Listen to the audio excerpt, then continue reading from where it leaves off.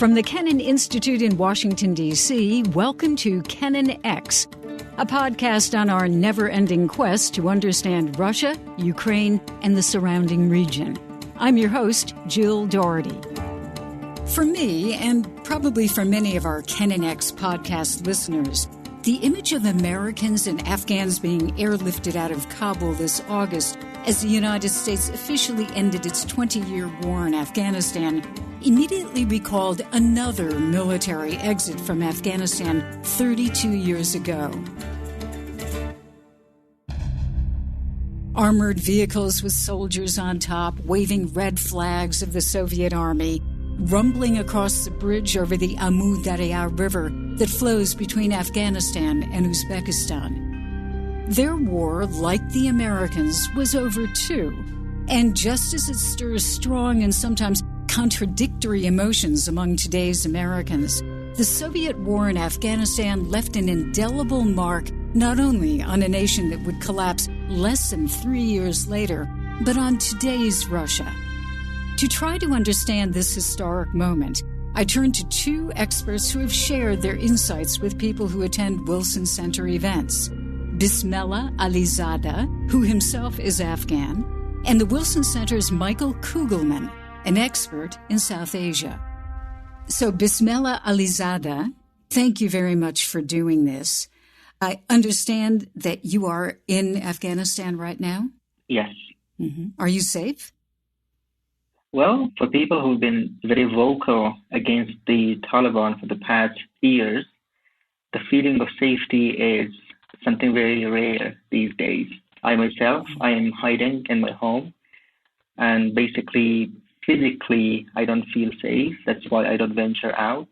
And even in terms of my future and my career, I don't feel safe because what I used to do in the new atmosphere that is being right now formed and is becoming dominant, I don't think if there is enough safety and enough conducivity for what I used to do to be able to be conducted in this current atmosphere. If things change in the future, then that would be something that everyone would be happy about. But currently, the prospect is not very promising. Mm-hmm.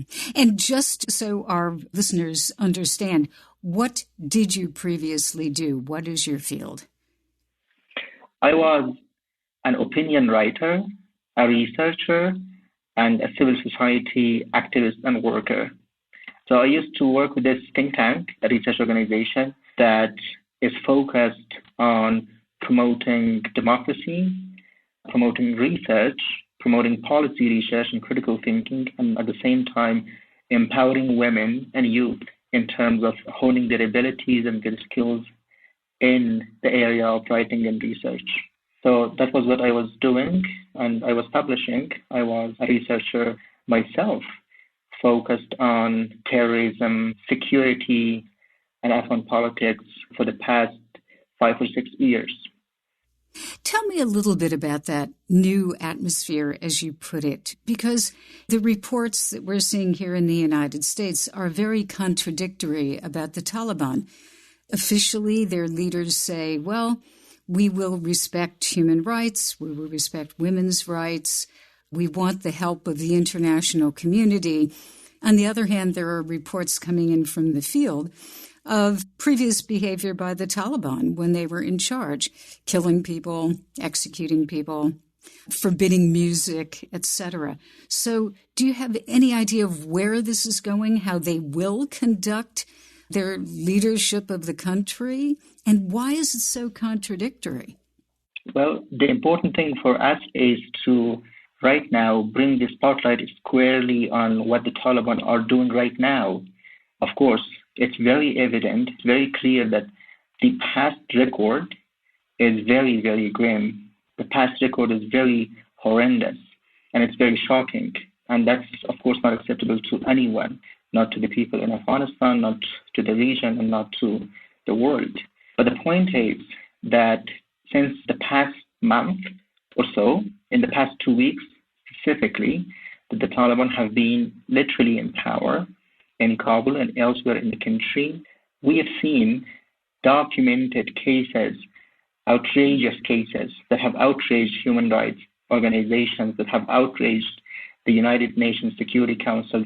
Very recently, Reporters Without Borders announced that of the 700 female journalists who were used to work in Kabul, only 14% of them continue to work right now. And those two under restrictions. And that of all of the civil society organizations, none of them has started working right now, including the organization that I used to work with. Of the media, you might have seen a picture of a TV in which there are some armed Taliban in the studio lining up behind the anchor in the live program. And all of the TVs, like the Tulu News, they are literally sympathizing for the Taliban. So their critical lens is missing. That's the situation right now. And even the presence of women from the society has been very dramatically diminished. So for right now, there is a disastrous backroading of all of the achievements that we have fought for in the past 2 decades. So that's what we have on the ground right now. Of course, in terms of PR, they have changed because they appreciate the importance and significance of PR for their legitimacy in relation to international community and for securing funding from the international community. This podcast is about Russia and the region. And of course, Russia had 10 years of history, military history, and also other history in Afghanistan directly. And I was thinking it would be very helpful if you could, I know this is a big question, but is there a way that you could compare what Russia did, the influence of the Soviet Union in Afghanistan from 1979 to 1989, and then the 20 years of the involvement of the United States? Well, drawing a comparison between these two is very difficult because we don't have a clear set indexes against which we can draw the comparison. But the point is that generally there is, so I can go with a few indexes. One is the general perception. The general perception in Afghanistan, generally I can sense that there is a positive perception of the USSR occupation of Afghanistan compared to the US invasion post-2001. So basically, if we compare these two on the index of public perception, the Russian invasion would have more score. That's one. Another one is that in the Russian invasion at that time, because of a different mentality, because of a different approach and a different ideology about this, the ideology that was governing the invasion, the Russians used to invest on infrastructure. So they focused a huge chunk of their investment on infrastructure. They built roads, they built highways, they built silos, they built a lot of other stuff in the country that are remaining to date. The U.S. war in Afghanistan cost the United States at least $2 trillion. But Bismillah says it was spent quite differently. Most of it has been expenditure, not investment in key infrastructures. Even the $88 billion investment in the Afghan security forces, most of it has gone to salaries.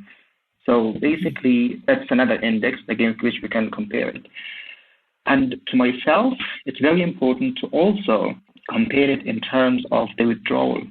I think the withdrawal of the USSR from the country was more orderly and more responsible, given the fact that the USSR at the time was facing a lot of economic pressures. Given that fact, it was very, very responsible. It was very orderly compared to what we have seen with Biden's withdrawal from Afghanistan. You see that they withdrew in 10 months, and the regime that they had invested to prop up for 10 years, that regime, after 10 years of investment and training and equipment, that could sustain for 3 years after their withdrawal, literally for 3 years after their withdrawal, despite the fact that the whole NATO, together with Pakistan and the Gulf countries, they were against it, despite that fact. But right now, even 2 weeks before the withdrawal is over, 2 weeks before the withdrawal itself is completed, the regime collapses. So this has a lot to say about the degree to which this was orderly or responsible or not. That's very interesting. I had 2 times that I went to Afghanistan for short periods, like a month or so, for my previous employer, a TV company. And I remember, oddly enough, doing stories in which I would go to, let's say, a technical institute, and I ended up speaking Russian. Because the scientists there or the technicians or whatever had been trained under the Soviets and actually spoke Russian. So I think I'm getting the impression of what you're saying. Certainly for a lot of Americans, it would feel very contradictory. For many Americans, the impression would be that the Soviet Union invaded, set up a puppet government, etc. And yet what you're saying, on the personal level for Afghan citizens, there was a payoff. That's right. But at the same time, let's be honest that even the case of the United States was also an invasion and propping up their own puppet. President Karzai at the beginning came to Afghanistan guarded by U.S. commandos, by U.S. Special Forces. Those were his personal bodyguards. So he came to Afghanistan. He was propped up. And even in 2014, it was John Kerry who settled the electoral dispute. Mm-hmm. And yet you have people right now, yourself included, or members of civil society, who are very fearful. They feel that Afghanistan changed under the Americans, whether it was a puppet regime or whatever, that they had a chance to, let's say, get an education or work in the field of human rights. And now we're back to the Taliban. So I guess the question is, do you think that Afghans felt that the American experience gave them anything? Well, it's not a matter of that it was 100% positive or 100% negative. Of course, we achieved so much in terms of civil society, in terms of at least some procedures in exercising democracy and trying to set up our institutions. We did achieve a lot, but the point is that sustainability of these achievements, and these achievements per se were not very much valuable for the United States. They had their presence in this country based on a particular liberal democracy ideology, thinking at the beginning that if we try to set up and if we try to strengthen democratic institutions and if we try to bring about a democracy in Afghanistan, that would help with the state building and peace. But in practice, they did not care so much about how sustainable these efforts would be, how sustainable the achievements could be, and how these could stand on themselves once they withdraw. I mean, very recently, Biden very clearly once again said that the U.S. was in Afghanistan for only 2 purposes. One was to get Osama bin Laden killed, and another one was to make sure that Afghanistan would not be used as a launchpad for terrorism who would attack the United States. So that was squarely what they were here for. And everything else was just a bonus that came with it. That's why they didn't care if this would sustain or not in the long run. So let's look at the Soviets. Then what was their motivation? Well, basically, I personally think that the Soviets had a different ideology. They thought that once they invaded Afghanistan, Afghanistan would be part of the USSR permanently. That's why they thought they had an ownership of what they were doing in this country. They thought that we are investing it for ourselves, for the USSR, not for Afghanistan or any other notions like that. So they thought of it, they had the ownership. Could we talk about the Taliban a little bit right now? They obviously militarily took over the country. Will they be able to manage it? Will they be able to run it the way a government should be run to help its citizens and to manage everything that has to be done? Well, let's take a step back. Let's go to 2001. In 2001, when the Taliban was toppled after close to 3 decades of war, the same question was being asked. Will the Mujahideen be able to run a government? And they were incapable of running a government equally as the Taliban are incapable of running a government right now. But what happened was that there was a regional and international effort in terms of making the governance happen. And they did it to a degree at the beginning, from 2002 and 3 to 2006 and 7. What they did was, during the first Karzai administration, what they did was that they imported technocrats from outside. There were literally US and UK and Italian and French and German and Japanese foreign advisors in every institution in the government. That capacity was not in place at that time either.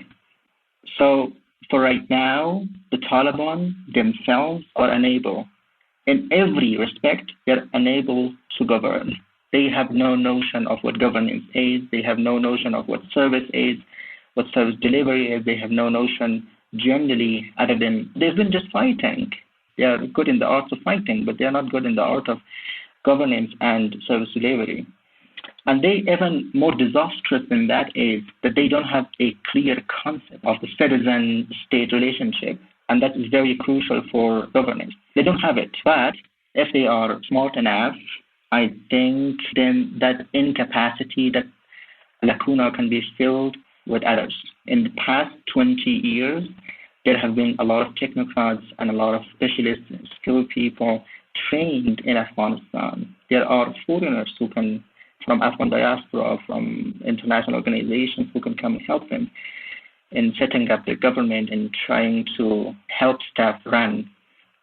Bismillah, I'm remembering a conversation that I had in Moscow after 9/11, and it was a Russian intelligence person, and he was looking at the Americans preparing, or maybe at that point already had begun the operations against the Taliban, and he was very critical. And he said, look, you Americans are making a big mistake. We made the same mistake when we went in as the USSR. And Afghanistan, he said, is never going to change. We didn't change it. You're not going to change it. And it will just be useless for you to carry out this operation. And essentially what he's saying, it's a pretty cruel statement, but what he's saying is Afghanistan continues. And forgive me, but I'm quoting him, that it's ungovernable, that it will never be able to be governed, and that it will constantly be beset or taken over by religious fanatics, military groups like the Taliban, or other terrorists. So what do you say to that? Well, basically, I would say that that is a very colonial point of view. That's a very colonial mindset about Afghanistan. This is not a very new idea. Mm-hmm. This was, first of all, in the 18th and 19th century, this was put forward by the British in the colonial time.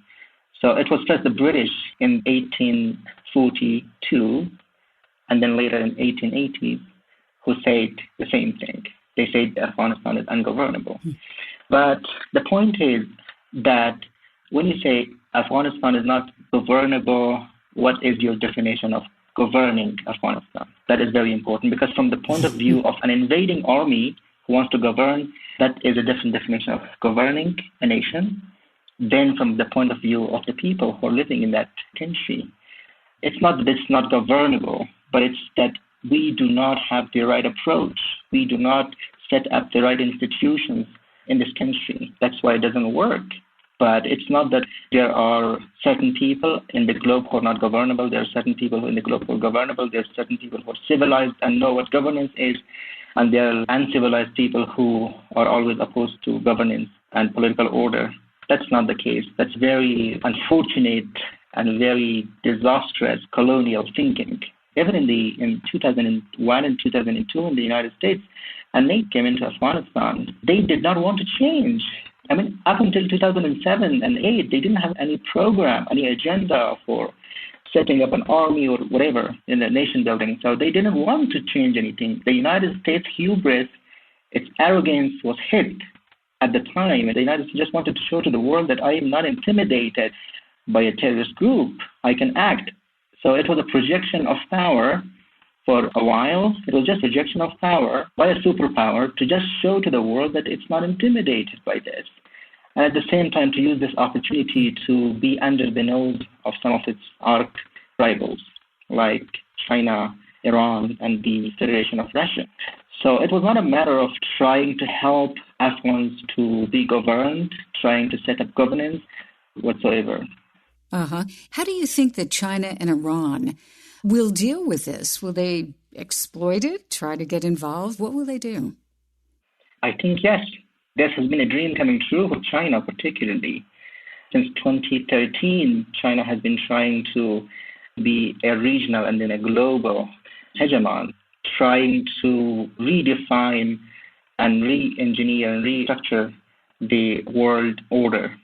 So this Belt and Road Initiative that is traversing through Pakistan and then through Central Asia and through so many other places, this is very important for China's regional projection. So yes, China would exploit this. I mean, why wouldn't it? Yes, and what about Iran? Yeah, so Iran is gravitating towards China, everyone knows that, particularly since a few months ago, I think it was last year, when the 25-year agreement China was signed in Iran. So basically, Iran is gravitating towards China, and the two of them will be very much happy in terms of exchanging what the other one needs. Iran needs international support, diplomatically, politically, and militarily. Iran needs military supplies, arms, and military training and those stuff. China can provide it. China needs energy. Iran can provide it. So Afghanistan can be a land bridge between the two countries. In terms of sea route, China is very much vulnerable to the American dominance in the seas, in the oceans. And it would be very interesting and very important for China to have overland pipelines for its gas and energy from Iran or from any other country or from Turkmenistan, as it has been investing for many years.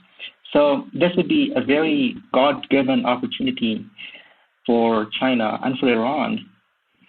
And most of all, the two rivals of the United States in this region, they would be happy to join forces to fill this vacuum. Yes. And finally, what about Russia? They're in the process of changing, I think, their approach, but they have continued to deal with the Taliban, and their embassy is still there. What does Russia do? So basically, the relationship between Russia and the future government, the Taliban government, would have two levels, I think. What Russia would be able to offer the Taliban would be oil, it would be military supplies, it would be military training, and it will be recognition. The Taliban very direly needs the veto power of Russia, because the Taliban expect that when they set up their government, when they announce their government and they start governing, they might face some sort of sanctions from the United States or from the European allies of the United States. That's why the Russia veto power will be very vital, in fact, for the Taliban. That's very important for the Taliban right now. And what the Russians want from the Taliban in this bilateral relations will be trying to fight against terrorism, particularly those terrorist organizations that will be harmful in the Russian backyard in Central Asian countries. There are 5 or 6 organizations: the Islamic Movement of Uzbekistan and the Katiba Imam Bukhari, the Islamic Jihad Union, the Jamaat Ansarullah. The Russians are pretty much obsessed with the presence of ISKP and Al-Qaeda in Afghanistan. So that's one that the Russians might demand the Taliban. And another one is drugs control. If you've been following, in July, when the Taliban delegation went to Moscow, they had a meeting with the Russian diplomats in Moscow. And in the statement that came out from the Ministry of Foreign Affairs of Russia, there was this demand, or very bold, that the Taliban should ensure that they fight against terrorist organizations, that the Taliban should ensure drug, because drug production and smuggling is a very critical issue for Russia. So this is in terms of bilateral level, but in the regional level, I think it will be more challenging for Russia, because in the regional level, Russia is facing China. Russia is facing a China that's trying to project its power in terms of economy and military, its clout in this region. So basically, China will have a better chance because China has money to invest. Russians do not have enough money to invest in Afghanistan and to sustain a government. They don't have it, and they are not willing to do it. But China, the Chinese, they do. They have it, and they want to invest. And another very important issue in the regional level is the rivalry between China and other regional countries like Russia and India to secure extraction agreements in terms of mining. China has been very much keen for the copper and lithium mines in Afghanistan, and I think Russia will also be very much interested in this. And at the global level, finally, the Russians would need to also keep in mind the UN factor. Most of the Taliban members, the leading Taliban members, are right now, according to the 1988-2011 resolution of the United Nations Security Council, they are on the terrorist list. So Russia would be very important in this case as to lobbying in the United Nations, at the international community, the international arena, to delist these people from the sanctions list. And one of the very important things is for the Taliban that the Russian cooperation is not very much conditioned on values such as women's rights and those stuff. So Taliban will be more comfortable aligning with the Russian demands. That is the view of Bismillah Alizadeh, an Afghan still in Kabul as we did this interview. Michael Kugelman looks at Afghanistan through the prism of South and Central Asia, a massive region in which many countries are watching what comes next. We began with the Soviet Union's withdrawal in 1989, which he calls traumatic. In the sense that it was a very unsuccessful mission for the Soviets and that they were never able to do what they sought to do in Afghanistan, and they alienated the local population in a big way to the point that within Afghanistan, mistrust and suspicion of the Soviets and then the Russians would endure for quite some time. Once the Soviet Union collapsed and Russian financial support to Afghanistan stopped, that's when things really collapsed in Afghanistan. And the Soviet-aligned leader, President Najibullah, he had to resign. Civil war broke out in Afghanistan, and then you had several years of chaos, which eventually led to the emergence of the Taliban. But as the civil war was playing out in Afghanistan and as the security situation was getting worse and worse, Russia became increasingly concerned about the emergence of the Taliban and what it stood for.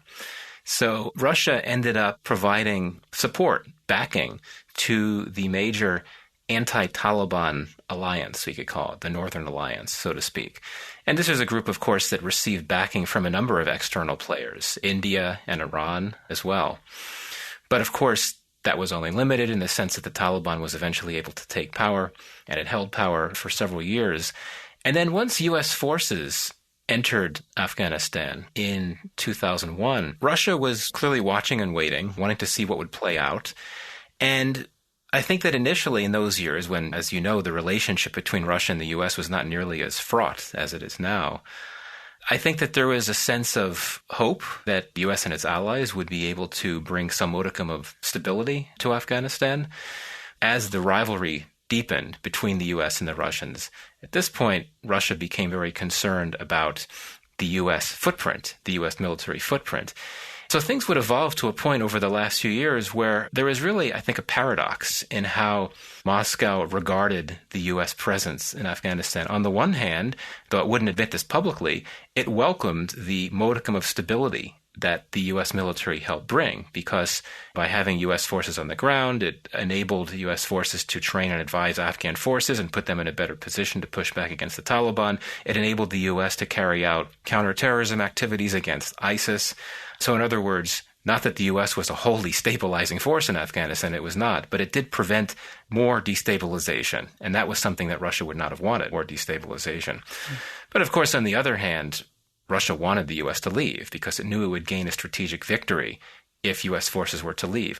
But what had happened over the last year or so is that Russia had began cautiously, quietly reaching out to the Taliban, which clearly is a major change from what had happened in the past when it was backing the forces that were fighting the Taliban.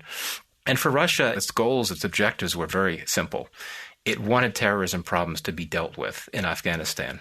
Russia, at the end of the day, would have been perfectly happy and is willing to accept at this point a government in which the Taliban has control or a lot of power, so long as there is less instability, which it really is the case now. And Russia also values the fact that the Taliban, like Russia, is a rival of ISIS Khorasan, which at the end of the day remains Russia's major concern in Afghanistan. And now, looking forward to what could come, certainly there's a lot of uncertainty, but I think that Moscow, to my mind, is one of the countries that would be willing in relatively short order to recognize the Taliban government and try to engage with it to address these remaining concerns about terrorism risks and so on. It seems that you've got the United States and, let's say, USSR, but more modern Russia, with different approaches as to what security actually means. The Russians seem to be looking at it in sheer power. Who's in control? Who's going to control the terrorists, et cetera? The United States, and perhaps for the wrong reasons, according to Joe Biden, decided that maybe if you had a more secure, democratic Afghanistan, terrorists would not be able to proliferate, and therefore you'd have a more stable country and less threat to the United States. Is that a correct analysis, that they were coming from two different concepts of what security means? But I think on broad levels, there actually is some convergence between the U.S.-Russian sides on what they would envision as the best outcome or end game in a security context. I think that broadly speaking, both countries would like to see less terrorism by the same groups, ISIS, Al-Qaeda, and so on. And in the end, both countries were willing to live with a situation in which the Taliban would hold a significant degree of power. I think that Russia has always been more comfortable about that prospect than the U.S. had been. But I think one of the bigger problems here, and this gets to the reasons why the U.S. war effort didn't work out, is that successive U.S. governments after 2001 really failed to articulate a strategy for why they were continuing to fight in Afghanistan. Was it really indeed a desire to try to shape a more democratic future for Afghanistan, or was it simply more limited to going after international terrorist organizations like Al-Qaeda and later ISIS? My sense, particularly with the last two administrations, Biden and Trump, is that that latter narrow lens was the one that was adapted. President Trump a number of times had said that we're not in Afghanistan to do nation building. And I think that certainly was the case with President Biden, too. But going back earlier on to the Bush years and the Obama years, certainly there were major efforts on the part of the U.S. government to do nation building, even though that's a bad word in many contexts. There was infrastructure that was developed. There was huge amounts of money poured into building new roads. But I think that was seen more as an effort to promote more stability. In other words, if you've got better roads, if you've got more people employed, that will prevent the likelihood of people being radicalized and going to the Taliban. So I don't actually think that democracy promotion was ever really a major objective, at least on formal levels, for any of the administrations that had overseen the war since 2001. So on that front, again, perhaps you're seeing some convergences, and both the Russians and the Americans were willing to work with a variety of actors, a variety of factions, many of them quite unsavory, whether you're talking about warlords or any type of militia leaders or that type of thing. They were each willing to work with unsavory characters to advance their goals. What do you think about that idea that Russia would be happy to have the United States bogged down, and for that matter, China would be happy to see the United States bogged down indefinitely in Afghanistan? Yeah, absolutely. I think the extent of the rivalry between the U.S. and Russia, which certainly you would know more about than I would, Jill, but clearly it had gotten to a point where, yes, I think for strategic reasons, Russia would be perfectly happy to see the U.S. get bogged down and stuck and not in a position to do much. But again, as I said earlier, there's a paradox here in the sense that the Russians actually valued the modicum of stability that the U.S. brought. And seeing them suffer and seeing them fail, sure, I mean, that works for optics, for propaganda purposes, and also for strategic reasons, because you want to see your rival getting bogged down in your broader backyard. But I do think at the same time that quietly there was an acknowledgement that a U.S. military footprint did provide security benefits for Russia. Speaking of the broader backyard, Russia really is a power broker in that region. Is it fair to say that they are a more important power broker than the United States in that region? Oh, absolutely. I think that Central Asia, strategically speaking, has been a blind spot for U.S. policymakers for a number of years. And there's been a lot of lip service about how the U.S. is intent on building out a new Silk Road and investing more in the Central Asia region. But what we've seen over the last few years is Russia and increasingly China, particularly as the relationship between those two countries has grown, they have both been deepening their footprint in this region, and the U.S. really can't hold a candle to it. And it reminds me of a very telling exchange that I had been a part of a number of years ago at the Wilson Center, in fact, when I was hosting a discussion with some senior U.S. officials who were talking about their plans for becoming more involved in Central Asia. And I remember that in the audience during the Q&A, someone stood up and he raised his hand and he asked a question. He identified himself as a diplomat from one of the Central Asian embassies here. I don't recall which one. And he said, well, this sounds great. We're very encouraged by this, but how could we trust you when you're absent completely now? We don't see America in our region at all. And this was a number of years ago, but I don't think that has changed. Mm-hmm. So the Russians have, let's call them demands or things that they would want the Taliban now to do. Let's turn it around. What would the Taliban, as much as we know, it's a short period of time, but what would the Taliban want from Russia? I think that the Taliban's major foreign policy goal, and it seems weird to be talking about the Taliban's foreign policy objective, but it is going to be a government. I think its core objective right now is maintaining and deepening the legitimacy that it had first earned after it signed an agreement with the Trump administration in February of last year that entailed U.S. troops leaving the country. That legitimacy that the Taliban earned has been huge for them, and they want to continue to build on that. So I think that when it comes to Russia, the Taliban will be hoping that Moscow will be willing to recognize the Taliban government. I think that will be one of its first hopes. And the Taliban knows that over the last few years, Moscow and the Taliban have developed a rapport. There have been a number of meetings, and Moscow had hosted several high-profile conferences involving the Taliban and other regional players. So there's something there. So I think that that really is what the Taliban is going to be looking for. And I think given the Taliban's acute need for financial assistance from the international community. I mean, you know, there's a pretty severe economic crisis in Afghanistan, and the West has indicated that it's going to sanction the new government. The Taliban needs money. They may have been a very wealthy insurgency, but you need a lot more money to run a country than you do to wage an insurgency. So I think that the Taliban would hope that if it gets that recognition, if Moscow formalizes relations with the Taliban government, the next step could be some financial assistance. Now, certainly Russia wouldn't be able to provide support on the levels of what China could do or some of the countries in the Gulf. But certainly I think that the Taliban does see that as something that they would like to work toward with the Russians. Mm-hmm. Let's look at Afghanistan in a regional focus again. You've mentioned China. What's their game in Afghanistan? What do they ultimately want? We're talking about three U.S. rivals here, China, Iran, and Russia. And I think that generally speaking, they all have the same concerns in Afghanistan, concerns about terrorism and specifically ISIS terrorism, though in China's case, they worry about an additional terrorist threat posed by a very small group called ETIM, which is comprised mainly of Uyghur militants. So terrorism is a concern for these countries, as is the drug trade. We've seen poppy production explode in recent years, especially because the Taliban had encouraged it, made a lot of money off of it. And you look at, if you map out the drug trade of narcotics and poppy coming out of Afghanistan, neighboring countries, regional countries, including China, Iran, and Russia, a lot of the heroin coming into these countries is sourced from Afghanistan. So that's a concern.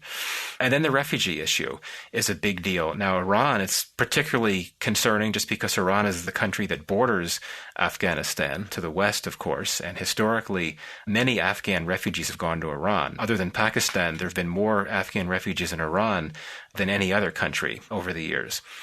But of course, the other countries worry about refugee issues as well to an extent. So all three of these countries, and specifically speaking of China and Iran, I think they would be comfortable working with the Taliban government.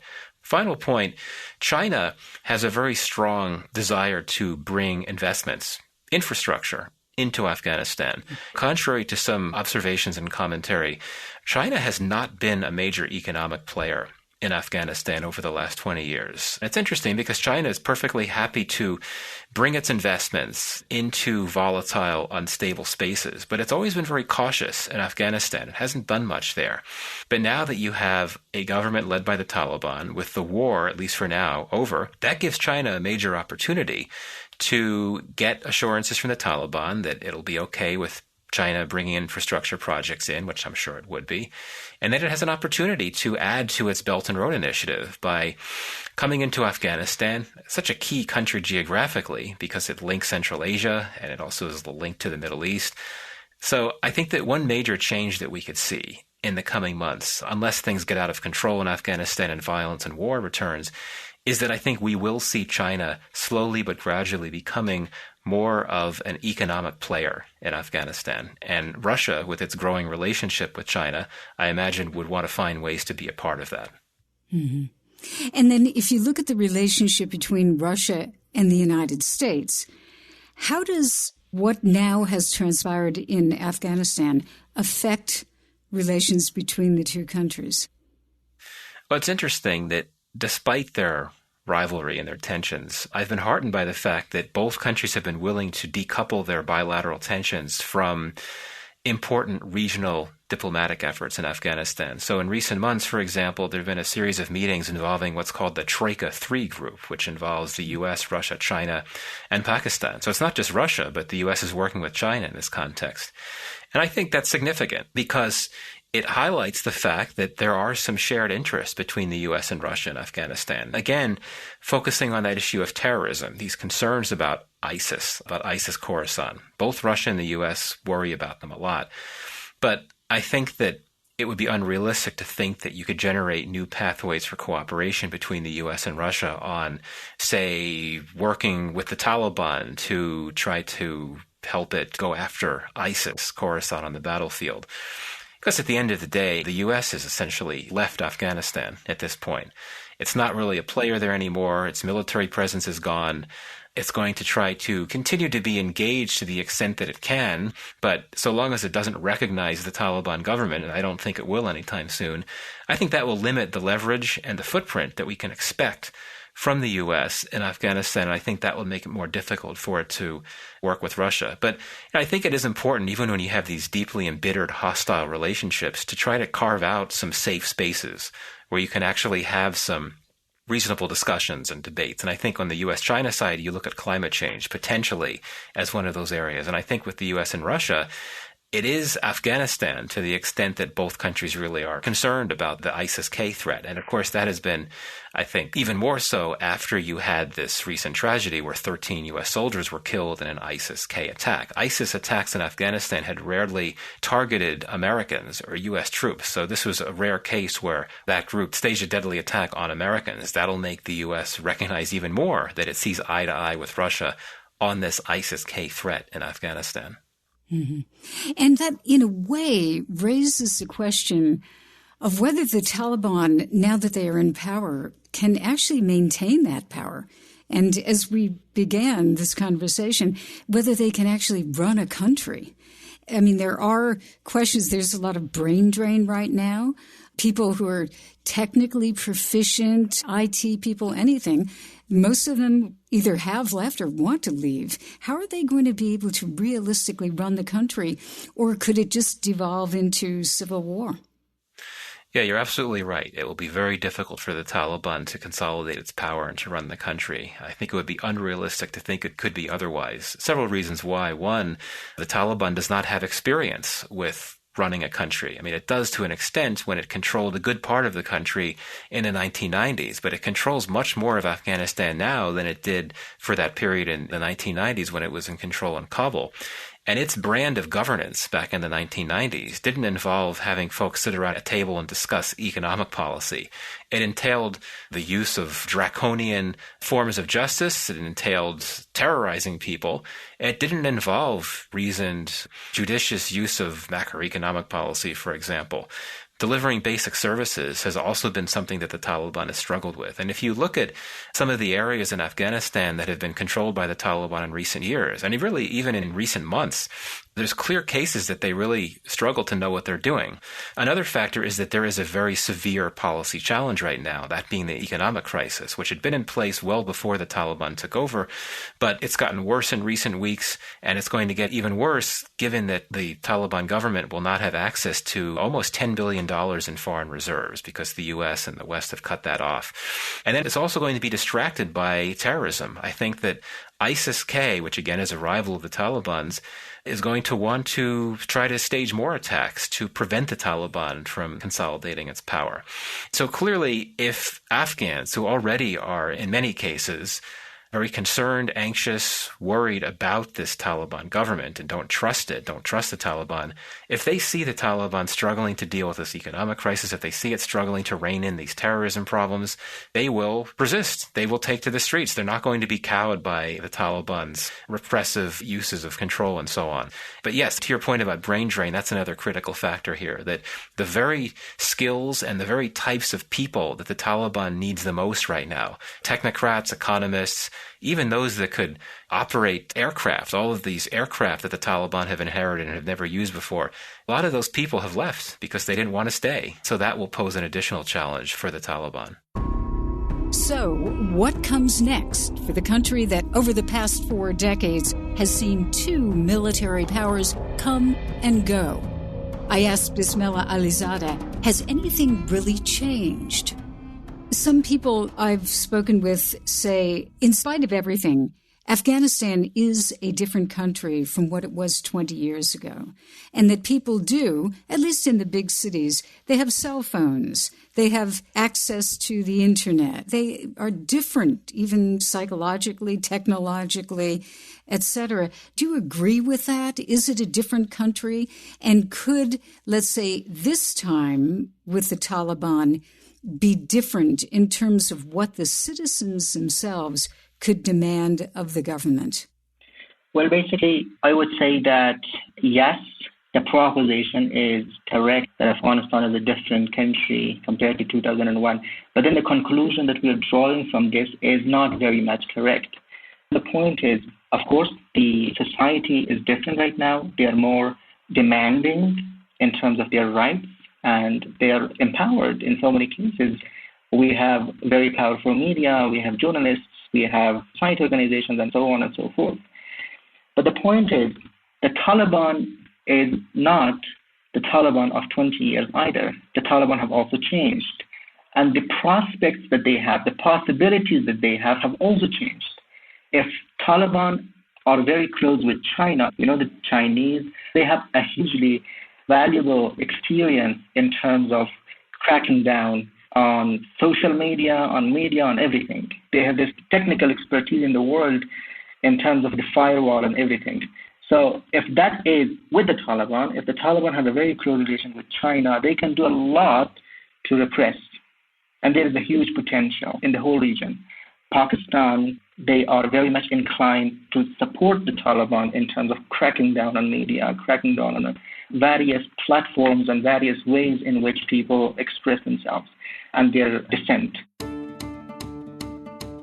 This has been a much longer podcast than I usually do, but Afghanistan is complex. If you want to learn more, listen to the Kennan Institute's Global Perspective series from October 7th, 2020. It's an excellent, in-depth discussion with Bismillah Alizadeh and Michael Kugelman about Afghanistan and Russia. And you can find it on our Kennan Institute website. Kennan X is a product of the Kennan Institute at the Woodrow Wilson International Center for Scholars in Washington, D.C. It's the Wilson Center's oldest program, founded in 1974 by George F. Kennan, American statesman, James Billington, historian and former Librarian of Congress, and historian S. Frederick Starr. Inspired by them, the Kennan Institute's mission is to improve America's understanding of Russia and the wider region. Thanks for listening.